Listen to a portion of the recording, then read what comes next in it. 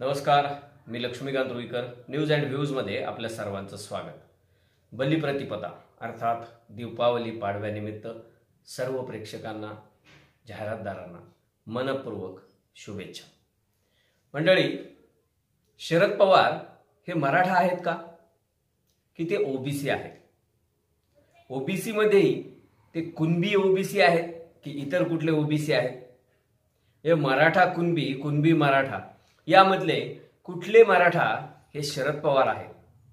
हा वाद आता पुढे आलाय. आम्ही नाही काढला हा वाद. प्राध्यापक नामदेव जाधव यांच्या एका वक्तव्यामुळे पुढे आलाय. त्यांचं असं म्हणणं आहे, नामदेव जाधवांचं, की शरद पवार यांनी निवडणूक आयोगाकडे निवडणुकीचा अर्ज भरताना जो फॉर्म भरून दिलेला आहे डिक्लेरेशनचा, त्यामध्ये त्यांनी त्यांची जात ओबीसी अशी लिहिलेली आहे.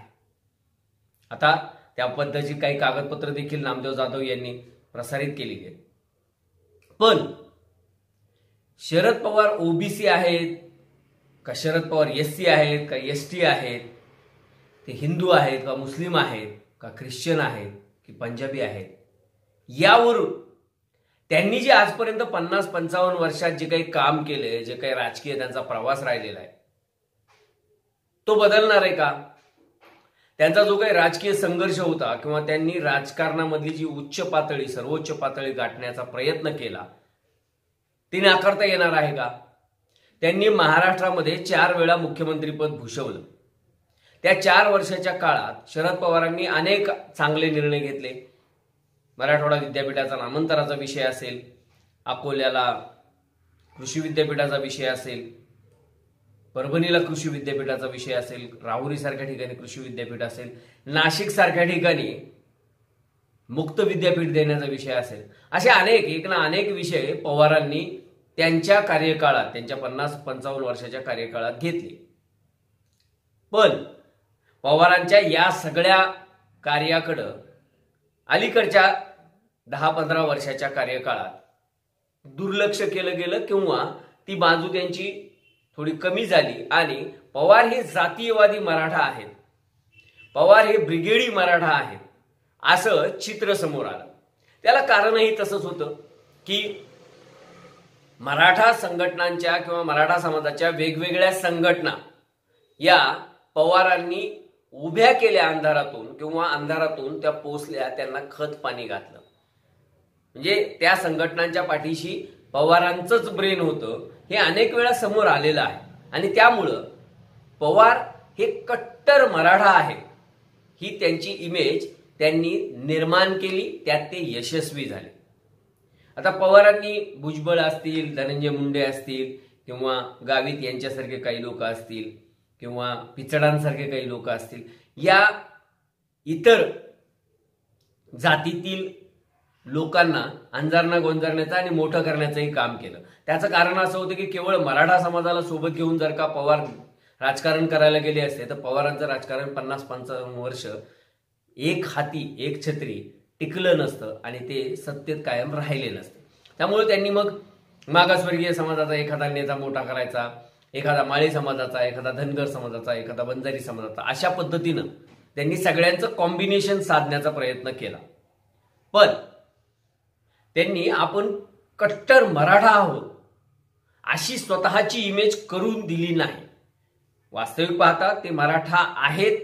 त्यांनी मराठा म्हणून मराठा संघटना असतील, मराठा समाज असेल, किंवा मराठा आरक्षणाचा विषय असेल, या अनेक विषयावर वेगवेगळ्या भूमिका घेतलेल्या आहेत. पण पवार हे मराठा द्वेष्टे आहेत किंवा मराठा द्वेषी आहेत, किंवा त्यांचा मराठा आरक्षणाला विरोध आहे, हे तेव्हा समोर आलं जेव्हा त्यांच्यावर 23 मार्च 1994 रोजी त्यांनी मुख्यमंत्री पदाच्या कार्यकाळात जो मंडल आयोग लागू केला आणि त्यामुळं मराठा समाजाला आरक्षणापासून वंचित राहावं लागलं, असा आरोप त्यांच्यावर झाला. आणि तेव्हापासून मराठा समाजासाठी पवार हे विलन ठरले. आणि त्यामुळेच कदाचित गेल्या 15-20 वर्षात हे जे काही ब्रिगेडी संघटना आहेत मराठा समाजाच्या, त्या मोठ्या प्रमाणात फोफावल्या. त्या संघटनांचं वर्चस्व मोठं निर्माण झालं. म्हणजे सरकारला इशारा देणं असेल, सरकारी वास्तूंचं वाटोळं करणं असेल, अशा अनेक गोष्टी या संघटनांनी केल्या आणि त्याला अंधारातून कुठंतरी पवारांचंच पाठबळ होतं हे समोर आलेलं आहे. तर या पवारांच्या ओबीसी की मराठा या प्रमाणपत्रावरून सध्या एक चर्चा सुरू आहे, मजेशीर चर्चा चालू आहे. त्याचं कारण असं आहे की मराठा आरक्षणाचा विषय हा काही आजचा नाहीये. 1980-81ला स्वर्गीय अण्णासाहेब पाटील यांनी स्वतःचं हौतात्म्य दिलं आणि हा प्रश्न समाजाचा किती गंभीर आहे हे सरकारला निदर्शनास आणून दिलं. म्हणजे 80 ते 2023 म्हणजे जवळपास गेल्या 40-45 वर्षात या प्रश्नाकडे पवारांनी सत्तेत असून किंवा विरोधात असून फारसं गांभीर्यानं पाहिलं नाही आणि त्यामुळं मराठा समाजामध्ये शरद पवारांबद्दल एक कुठंतरी सुप्त संताप आहे, अंडर करंट आहे मराठा समाजामध्ये पवारांच्या भूमिकेबद्दल. त्यामुळंच कदाचित पवार हे जरांगे पाटलांच्या उपोषणाला भेट द्यायला गेले. पण ते त्या ठिकाणी भेट देण्यासाठी गेले हे जरी खरं असलं तरी त्या ठिकाणी जो लाठी हल्ला झाला तो लाठी हल्ला गृह विभागाच्या पोलिसांनी केलेला आहे आणि गृह विभागाकडून म्हणजे गृहमंत्र्यांकडून थेट आदेश लाठी हल्ल्याचे असल्यामुळं त्या ठिकाणी आपण जाऊन राजकीय स्टेटमेंट केलं तर त्याचा राजकीय फायदा होईल हे डोक्यात ठेवून पवार तिथे गेले. आता वास्तविक पाहता एखादा माणूस कुठल्या जातीचा आहे, धर्माचा आहे किंवा त्यातल्या कुठल्या पोटजात त्याची आहे यावरून त्याचं जे काही यश आहे त्याचं मोजमाप करता येत नाही. पण पवारांच्या बाबतीत मात्र आता ही चर्चा होऊ लागली आहे. त्याला कारण पवारांचा स्वतःचा स्वभाव आहे. कधीही एक ठोस खंबीर भूमिका त्यांनी घेतलीच नाही. म्हणजे एक 5-7 वर्षापूर्वी छगन भुजबळांच्या पुणे येथील कार्यक्रमात अचानक पवारांनी पेशवाई पगडी नाकारत म्हणजे पेशवाई पगडी परिधान करण्यास नकार देत थेट फुले पगडी घालण्याचा निर्णय घेतला. हा ओबीसीला गोंजारण्याचा निर्णय होता, गोंजारण्यासाठीचा निर्णय होता. हे असे अनेक वेळा पवारांनी स्वतःची मतं बदललेली आहेत. जसं वारं वाहतं ना तसं ओफणायचा सवय ही पवारांना आहे. खेडेगावामध्ये जेव्हा खळं चालू असतं तर एखादं सूप घेऊन एखादी महिला वाऱ्यामध्ये असं उफणत असते, कारण की वारं ज्या दिशेने असेल त्या दिशेने उफणल्यानंतर त्या बाजूला त्या पिकाचं सालपट होलपट जातं आणि जे मूळ पीक आहे ते खाली पडतं. तसं पवारांचं आहे. पवार नेहमी भूमिका बदलतात. पवारांनी मराठवाडा विद्यापीठाच्या नामांतराच्या वेळी देखील एक ठोस भूमिका घेतली, मात्र ती कधी कधी चुकली की काय असंही त्यांना वाटलं असावं, पण ते त्यावर ठाम राहिले. त्यामुळं डॉक्टर बाबासाहेब आंबेडकर यांचं नाव या विद्यापीठाला मिळू शकलं. असे अनेक प्रश्न आहेत ज्यावर पवारांनी आपलं मत व्यक्त केलं, पण नंतर माझ्या बोलण्याचा चुकीचा अर्थ लावला गेला असं म्हणून पवारांनी युटर्न देखील मारलेले आहे. आता या मराठा आरक्षणाचा विषय जो महाराष्ट्रामध्ये गेल्या 2, 2.5, 3 महिन्यापासून प्रचंड तापलेला आहे. हे सरकार जातंय की राहतंय अशी परिस्थिती या प्रश्नावर काही वेळा आली.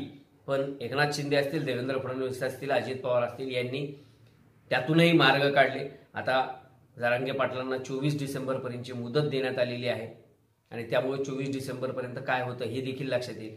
पण या सगळ्यामध्ये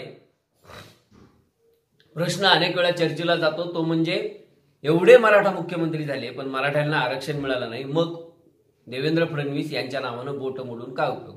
आता त्याच्यामध्ये मराठा समाजाच्या आरक्षणाचे खरे व्हिलन हे शरद पवार आहेत असं सांगितलं जातंय, असा प्रचार केला जातोय. तो खरा आहे की खोटा आहे हे प्रचार करणाऱ्यांना माहिती, आरोप करणाऱ्यांना माहिती. पण आज तरी मराठा आरक्षणामधला सगळ्यात मोठा अडसर म्हणून शरद पवारांकडे पाहिलं जातंय. शरद पवार यांची राजकीय कारकीर्द पाहिल्यानंतर त्यांनी असं कुठल्याही एका समाजासाठी असं काही केलंय असं दिसत नाही.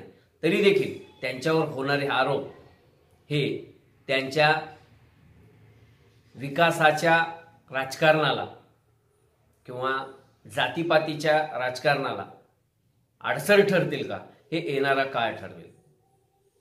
धन्यवाद.